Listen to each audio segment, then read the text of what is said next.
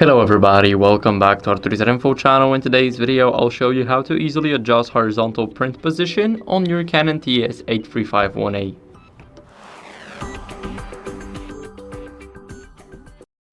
So first, as you guys can see, we have the screen. Now let's go to the gear icon, which is the settings, and now go to device settings.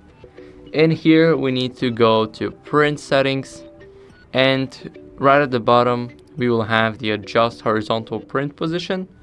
Here we can change the rear tray and the cassette. As you guys can see, we can adjust it to, let me show you, to +3 or a -3 for both rear tray and cassette. So now after you click OK, then it will change the following setting.